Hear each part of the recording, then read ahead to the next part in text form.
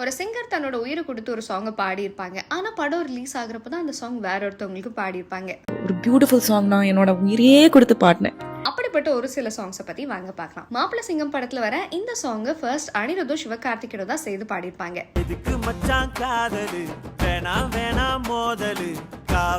ஆனா இந்த song release ஆகுறப்போ singer வேல்முருகனும் ஆலப்ராஜும் சேர்ந்து பாடியிருப்பாங்க.